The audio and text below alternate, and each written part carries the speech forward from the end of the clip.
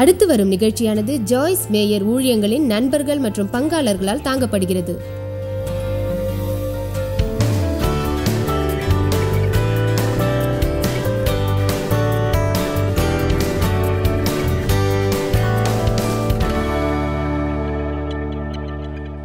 பிதாவே, இன்று உமது வார்த்தைக்காக நன்றி. நாங்கள் அதில் பரவசப்பட்டோம். உமது வார்த்தையை நாங்கள் நேசிக்கிறோம் நேசிக்கிறோம் நேசிக்கிறோம் நேசிக்கிறோம் அதை நாங்கள் பாராட்டுகிறோம். அதில் உள்ள வல்லமைக்காக உமக்கு நன்றி, இயேசுவின் நாமத்திலே ஆமென். இந்த வார கடைசியில் ஆரோக்கியமாக வாழ்தல், ஆவி, ஆத்மா மற்றும் தேகம் பற்றி நாம் பேசப் போகின்றோம். அந்த பகுதிகளில் சிறிதளவு சுகம் இருந்தாலும் நாம் மனம் தளரக்கூடாது. ஆனால் பிற பகுதிகளிலும் அதிக சுகம் இல்லாமல் இருக்கலாம். உங்கள் ஆவியில் முழுமையாக இருப்பது எப்படி? ஆவிக்குரிய நலம் எதிலிருந்து வருகிறது? முதலில் கிறிஸ்துவை நம் இரட்சகராக பெறுவோம். எனவே தான் இயேசு சொன்னார், என்னிடம் வாருங்கள். அது சுலபம், அதை நாம் செய்யலாம். சென்ற இரவு நமது கூட்டம் முடியும் போது 588 ஆத்மாக்கள் இயேசுவிடம் வந்தது. அது மிகவும் மகத்தானது. நான் விசுவாசிப்பது இதுதான். நம்மில் அநேகம் பேர் இப்படி சொல்லக்கூடும், இந்த வாழ்வை நான் சுயமாக வாழ முடியாது, அதை முயற்சித்து நான் களைத்து விட்டேன். இப்போது நான் விரும்புவது, இயேசுவிடம் நான் வரப்போகிறேன், நான் உள்ளபடியே அவர் என்னை ஏற்பார் என்று நான் விசுவாசிக்கிறேன். நான் எப்படி இருக்க வேண்டுமோ அதற்கு அவர் உதவட்டும்.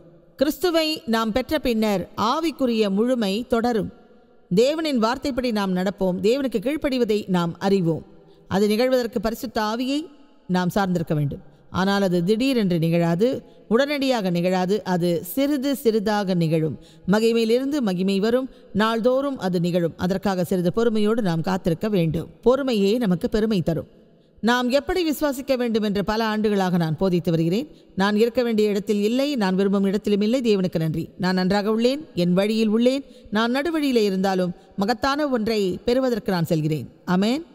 இன்று காலையில் உடல் ரீதியான முழுமை பற்றி நாம் பேசினோம். நமது தேகத்தை நன்றாக கவனிப்பது பற்றியும், நம்மை தவறாக பயன்படுத்தாமல் இருப்பது பற்றியும் வேடிக்கையாக நாம் பேசினோம். நல்ல ஆலோசனைகள் நமக்கு வழங்கப்பட்டன. நமது நல்ல நேரத்தால் மட்டும் அது நமக்கு கிடைக்கவில்லை. தேவனின் வார்த்தைகள் நமது கண்களை திறந்ததால் அவை நமக்கு கிடைத்தன.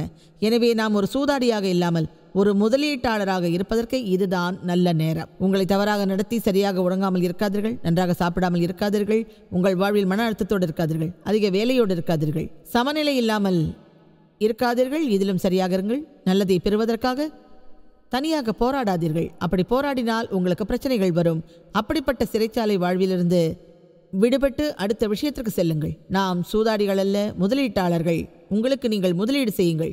நீங்கள் மதிப்பானவர்கள். இன்று மனரீதியான ஆரோக்கியம் பற்றி நாம் பேசப் போகிறோம். எனவே அடுத்தவரை பார்த்து நீங்கள் கேளுங்கள், உங்கள் மனநிலை எப்படி உள்ளது?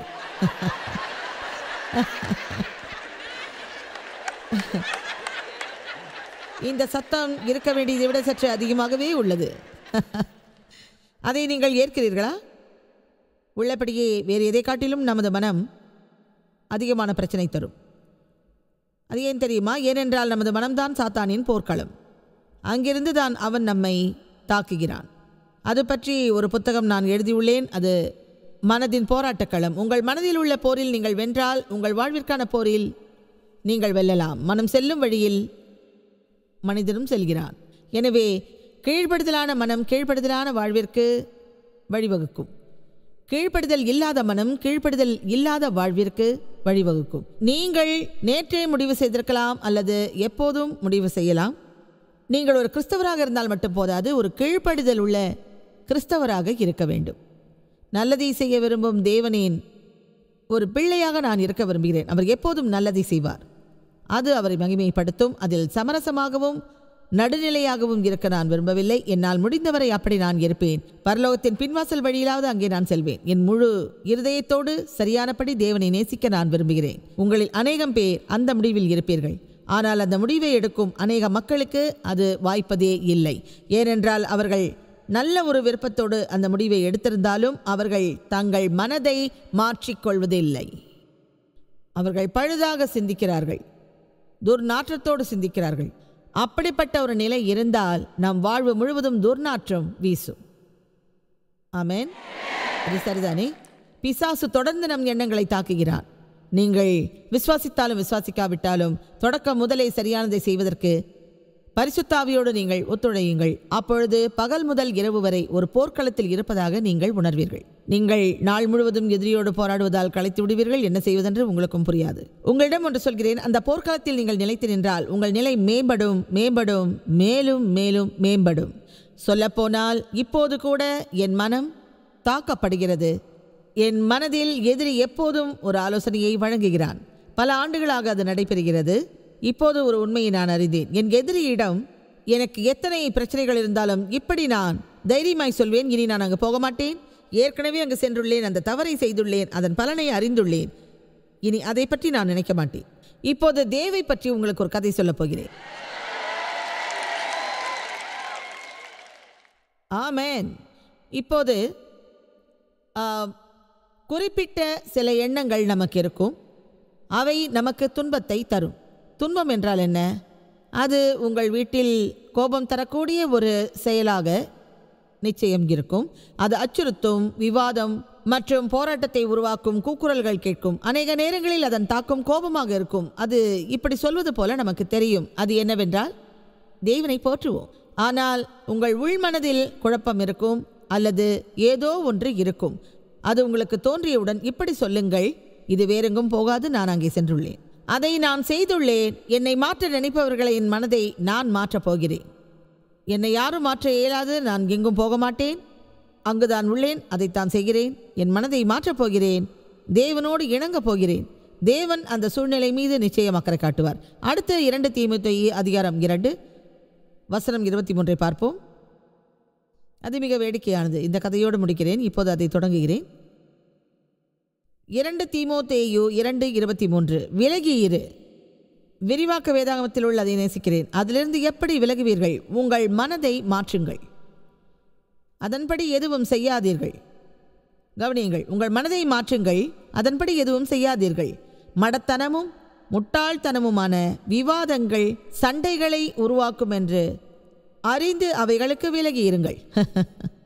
நல்ல வார்த்தை. சண்டைகளை உருவாக்கும் என்று அறிந்து அவைகளுக்கு விலகி இருங்கள். உங்களிடம் இப்போது நான் நேர்மையாக சொல்கின்றேன், பெண்களோடு எப்படி இருக்க வேண்டும் என்று முதலில் ஆண்கள் அறிய வேண்டும். இவ்வளவு வருடங்களாக அது அவர்களுக்கு புரியாமல் இருந்திருக்கலாம், அது சரிதானே? ஆக ஒரு நாள் நான் படுக்கையில் இருந்தேன். தேவ் என் மகனுடன் எங்கோ வெளியே சென்றிருந்தார். நீங்கள் எங்கே சென்றீர்கள்? அந்த கார் டீலரை பார்க்க போனீர்களா? பிறகு எங்குதான் போனீர்கள்? அப்படி நான் பலமுறை கேட்ட பிறகும் அவர்கள் அதை மறுத்தார்கள். அப்படியானால் அவர்கள் எங்கே போனார்கள்? உங்களில் எவ்வளவு பேருக்கு இது தெரியும்? ஒரு மனிதன் தன் 34 வயதுள்ள மகனோடு வெளியே சென்றால் அதனால் பிரச்சனை வருமா, வராதா? சொல்லுங்கள். எனக்கு ஆண்களையும் கார்களையும் தெரியும். டயர் கீழே கழண்டு விழும் வரை நான் கார் ஓட்டுவேன். அது பழுதடைவதை பற்றி நான் கவலைப்பட மாட்டேன். அந்த சவாரி நன்றாக உள்ளது, அது எனக்கு போதும். ஒவ்வொரு முறையும் ஒரு புதிய கார் தேவை என்று நாம் நினைப்போம். அது பழையதாவதை பற்றி கவலைப்பட மாட்டோம். அது சத்தம் போடுகிறது, அதில் உட்கார விருப்பமில்லை, அதில் போக மாட்டேன். அது இப்போதும் என் நினைவில் உள்ளது. நான் படுக்கையில் இருந்தேன், எனக்கு தூக்கம் வருகிறது. அப்போது ஃபோன் அடிக்கிறது. Hi baby. நானும் டேனும் ஒரு கார் டீலரோடு இருந்தோம். அந்த மலைப்பகுதிக்கு ஏற்கனவே நான் வந்துள்ளேன். மீண்டும் அதை நான் சுற்ற வேண்டுமா? பெண்களை நீங்கள் கவனியுங்கள். குணத்தை அறிய வேண்டும் என்றால் குணம் பற்றிய விவகாரத்தில் ஏற்கனவே நீங்கள் வறட்சியோடு இருக்கலாம். டேனியின் மனைவி சொன்னாள், நீங்கள் ரிப்பேர் செய்த என் காரை வாங்குகிறேன். பிறகு சொன்னால், போன வருடமே இதை நீங்கள் கொடுத்திருக்க வேண்டும். இது நடந்து முடிந்து சுமார் 8 அல்லது 9 ஆண்டுகள் ஆகியிருக்கும். அப்போது அந்த கார் டீலர் சொன்னார், இதுதான் இந்த நாட்டில் பழைய கார். கடைசியாக அங்கு 4 கார்கள் இருந்தன. அந்த 4 பழைய காரில் கடைசி கார் அதுவாகும். எனவே இதை உடனே வாங்குவது நல்லது என்றார் கார் டீலர். அதை தட்ட முடியவில்லை. என் கணவர் மிக புத்திசாலி, அவரை யாராலும் ஏமாற்ற முடியாது, அது நடக்காத காரியம். ஆனால் அந்த கார் விவகாரத்தில் அவர் ஏமாந்தார். கால்ஃப் கிளப்பிலும் அவர் நிறைய ஏமாந்திருக்கிறார். ஆனால் அது எல்லாமே சரிதான். ஆனால் நம்மிடம் உரிமை உள்ளது. நான் கேட்டேன், தேவ், நீங்கள் கார் வாங்க போனதாக சொல்லாதீர்கள். உங்களுக்கு ஒரு கார் தேவையில்லை, அதிலும் உங்களுக்கு ஒரு ரேஸ் கார் தேவையில்லை. உங்களுக்கு 74 வயசாகுது, உங்களுக்கு ரேஸ் கார் எதுக்கு தேவை? பிறகு பெண்கள் செய்யும் பெரிய தவறை நான் செய்தேன். நான் சொன்னேன், இந்த வயசான காலத்தில் நீங்கள் எந்த காரும் ஓட்டக்கூடாது. இல்லை, அது நல்லதல்ல, கொஞ்சம் கூட சரியல்ல. பிறகு என் மகன் ஃபோனில் பேசினான். அவன் எனக்கு மிக பிடித்தவன். அவன் என் குழந்தை. அநேக விஷயங்களை என்னிடம் பேசுவான், என் மனமறிந்து பேசுவான். ஓ கேளுங்க மம்மி, எனக்கும் அப்பாவுக்கும் அந்த கார் தேவை, எங்களுக்கு அவசியம் தேவை, அது ரொம்ப வேடிக்கையாக இருக்கும், அது அப்பா மகன் சம்பந்தப்பட்ட விஷயம். நான் சொன்னேன், டேனி, அவருக்கு அந்த கார் தேவையில்லை, அவர்கிட்ட நல்ல கார் இருக்கு, அவருக்கு இன்னொரு கார் தேவையில்லை. அது ஒரு சிறிய கதை. எப்படியும் அந்த காரை வாங்கி விடுவேன் என்று அவர் நினைத்தார். ஒருவேளை எனக்கு அந்த கார் பிடிக்காவிட்டாலும் அதை அவர் எப்படியும் வாங்கி விடுவார். அதன் பிறகு நான் பணிந்து செல்லும் நிலைமை வந்தது. இனிமேல் என்னால் எதுவும் செய்ய முடியாது. ஆமாம், தேவனை போற்றுவோம். உங்களில் எவ்வளோ பெண்கள் இது எங்கே போய் முடியும் என்று நினைக்கிறீர்கள்? இது சரியாக தெரியவில்லை. பிறகு என் ஃபோனை ஆஃப் செய்தேன். அப்போது நான் மகிழ்ச்சியாக இல்லை. உடனே எனக்கு ஒரு வெளிப்பாடு தோன்றியது. அவர் காரை வாங்குகிறார், அதை நான் வெறுக்கலாம் அல்லது மகிழ்ச்சி அடையலாம். அவர் விரும்பியதை பெறுவதில் நான் மகிழ்ச்சி அடையலாம். அவர் மகிழ்ச்சியாக இருந்தால் நானும் மகிழ்ச்சியாக இருக்கலாம். ஏனென்றால் தேவ் என்னோடு மிக இணக்கமாக இருப்பார். அவரிடம் ஒரு நாள் நான் சொன்னேன், நீங்கள் கார் வாங்குவதை நான் விரும்பாமல் ஒன்றுமில்லை, ஆனால் உள்ளபடியே அவர் கார் வாங்குவதை நான் விரும்பவில்லை. இருந்தாலும் அப்படி சொன்னேன், நீங்கள் கார் வாங்குவதில் எனக்கு விருப்பமில்லாமல் இல்லை, நீங்கள் மகிழ்ச்சியாக இருக்க வேண்டும், நீங்கள் விரும்பினால் அந்த காரை வாங்கலாம். ஓ நன்றி பேபி. மீண்டும் ஃபோனை ஆஃப் செய்தேன். அப்போது நான் நினைத்தேன், எங்கள் கேரேஜில் கார் நிறுத்த எங்கே இடம் இருக்கிறது? அந்த காரை அவர் எங்கே நிறுத்தப் போகிறாரோ? அவர் 7 வருடங்களுக்கு முன்னால் வாங்கி தந்த ஒரு சிறிய கார் இன்னும் என்னிடம் உள்ளது. அதை அதிகம் ஓட்டுவதில்லை. அது 12,000 மைல் வரை ஓடக்கூடியது. அதை அவர் எனக்காக வாங்கினார். ஒரு அழகான கார். அது எனக்கு மிகவும் பிடிக்கும். அவரிடம் பல முறைகள் நான் சொல்லியிருந்தேன், இந்த காரை எப்போதாவது நான் ஓட்டுவேன், இதை நான் விற்றாலும் விற்பேன் அல்லது பிள்ளைகளுக்கு கொடுப்பேன். அவர் சொன்னார், இந்த காரை நீ ஒதுக்கிவிட முடியாது, உனக்காக இந்த காரை வாங்கினேன், இதை நீ வைத்துக் கொள்ள வேண்டும், அவசியம் இது உன்னிடம் இருக்க வேண்டும். எனவே கேட்டேன், இந்த காரை நான் எங்கே நிறுத்துவது? அவர் சொன்னார், நீ ஏற்கனவே வைத்திருக்கும் காரை விற்று விடுவது நல்லது.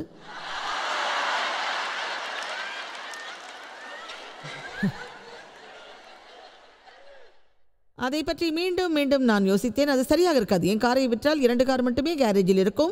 அதில் ஒரு கார் சரியில்லை. அதுதான் எனக்கா? ஓ பெண்களே, இது உங்களுக்கு தேவையா?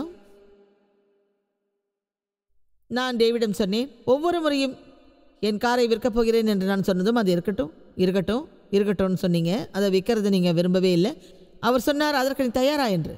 அது என்னை உறுத்தியது. அவர் சொன்னார், பிரசங்கி சொல்கிறது, எல்லாவற்றுக்கும் ஒரு நேரம் உண்டு என்று.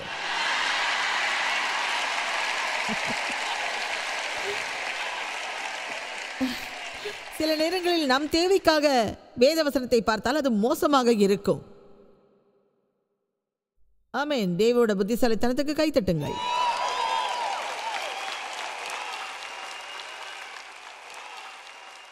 அது ஒரு விதமான மாற்றம். அதற்கு ஹார்ஸ் பவர் அதிகம். அவர் என்னை சோதிக்க விரும்பினார். அவர் என்னென்னமோ செய்து பார்த்தார். அதெல்லாம் எடுபடவில்லை. கடைசியாக அவருடைய சிறந்த வேலை. அப்போது என் கழுத்தை சரி செய்ய ஒரு எலும்பு டாக்டரிடம் செல்ல முற்பட்டேன். அப்போது எனக்கு புது கார் தேவைப்பட்டது. இதை நீங்கள் தொடர்ந்து எனக்கு செய்தால் அது பைத்தியக்காரத்தனம். அந்த காரில் மீண்டும் நான் போக மாட்டேன். பிறகு அந்த காரில் சில பைப்களை அவர் பொருத்தினார். அவருக்கு வயது 74. அந்த பழைய காரில் என் மகன் இருக்கும்போது அது சத்தம் போடும். அது இப்படி இருக்கும்.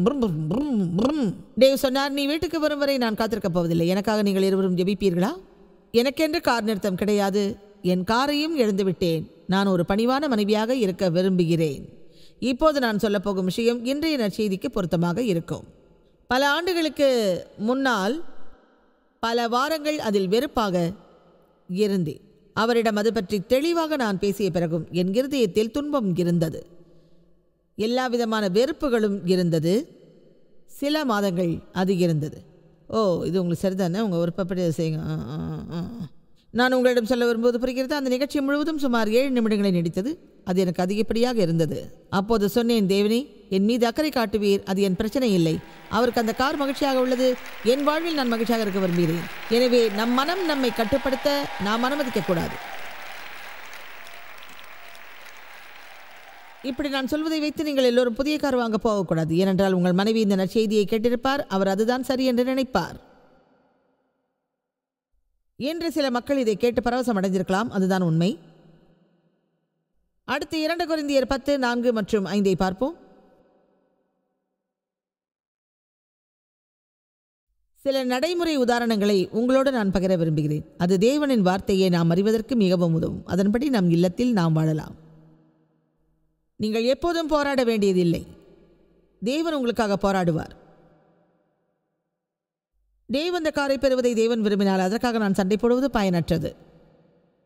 அது மிக நல்லது. அவர் கோணத்தில் அதை நான் பார்க்கிறேன். எவ்வளவு முறை டேவ் ஓரிடத்தில் அமர்ந்தபடி நான் சொல்வது எல்லாம் அமைதியாக கேட்டிருக்கிறார் தெரியுமா?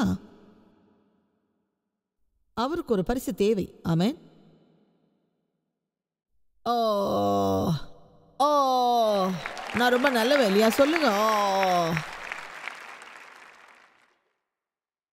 2 கொரிந்தியர் 10:4 மற்றும் 5. எங்களுடைய போராயுதங்கள் மாம்சத்துக்கேற்றவைகளாயிராமல் அரண்களை நிர்மூலமாக்குகிறதற்கு தேவ பலமுள்ளவைகளாய் இருக்கிறது.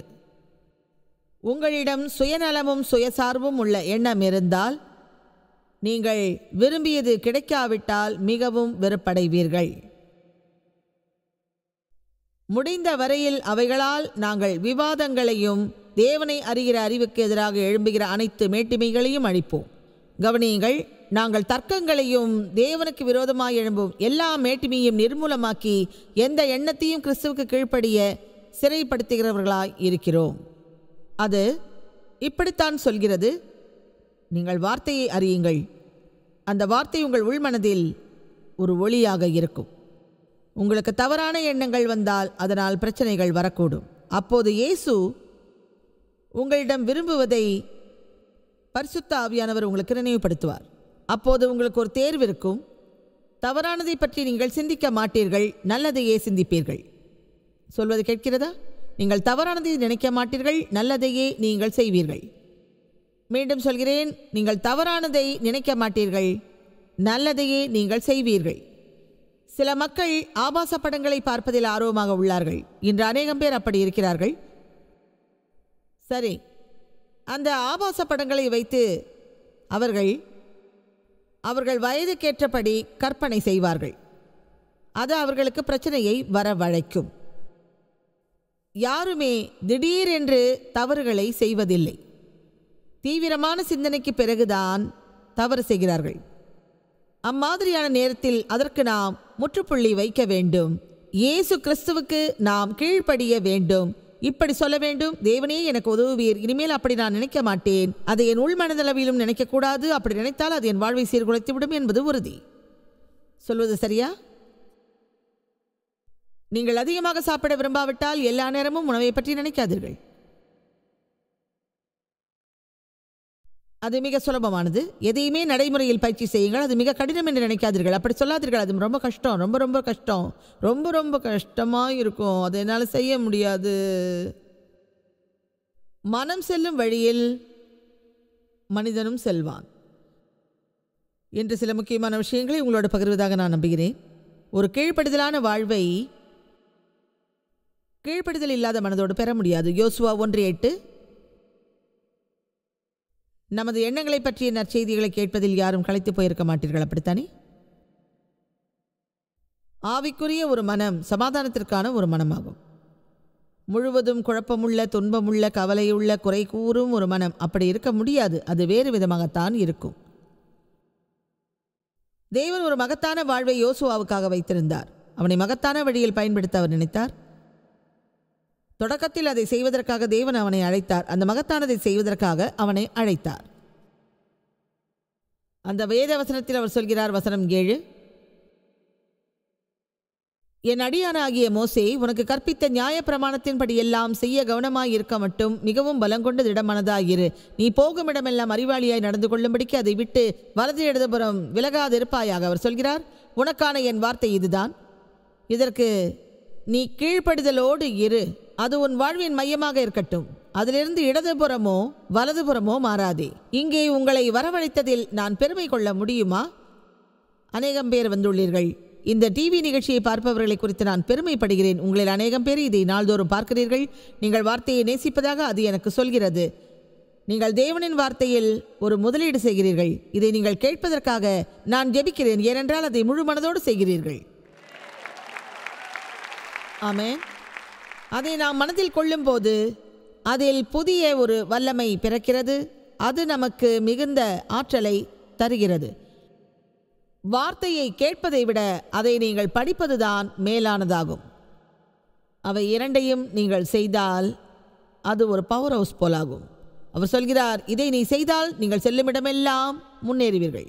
வசனம் 8, இந்த நியாயப்பிரமாண புத்தகம் உன் வாயை விட்டு பிரியாதிருப்பதாக. மறுவார்த்தையில் அவர் சொல்கிறார், அதை பேசுங்கள் என்று. எல்லா நேரமும் தேவனின் வார்த்தையை நான் பேசுகிறேன். அந்த நற்செய்திகளை நீங்கள் அறிந்திருக்கிறீர்களா இல்லையா என்று எனக்கு தெரியாது.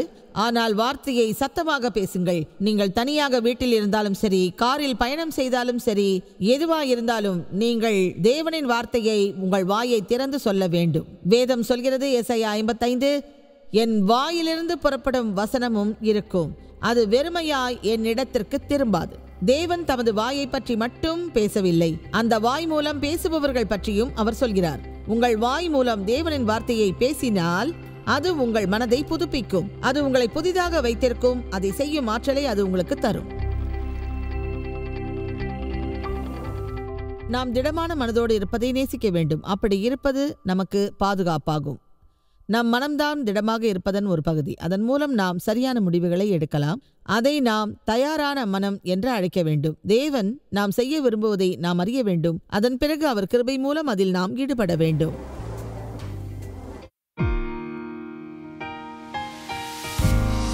இந்த ஊழியத்தை உலகமெங்கும் சாத்தியமாக்கும் நண்பர்களுக்கும் பங்காளர்களுக்கும் எங்களது நன்றியையும் பாராட்டுகளையும் தெரிவிக்கிறோம். ஒன்றாய் இணைந்து நாம் பசி உழவுகளை போஷித்து உடைகளை கொடுத்து தேசங்களுக்கு சுவிசேஷத்தை சொல்லி வருகிறோம். எங்களை தொடர்பு கொண்டு www.jmumindia.org உங்கள் ஜெப தேவைகள் மற்றும் எங்களின் வெளியீடுகள் பற்றி அறிந்து ஜாய்ஸ் அவர்கள் நிகழ்ச்சிகளை அறிந்து எங்களோடு இணைந்து தேவ அன்பை உலகிற்கு பரவச் செய்யுங்கள். அடுத்து வரும் நிகழ்ச்சியானது ஜாய்ஸ் மேயர் ஊழியங்களின் நண்பர்கள் மற்றும் பங்காளர்களால் தாங்கப்படுகிறது.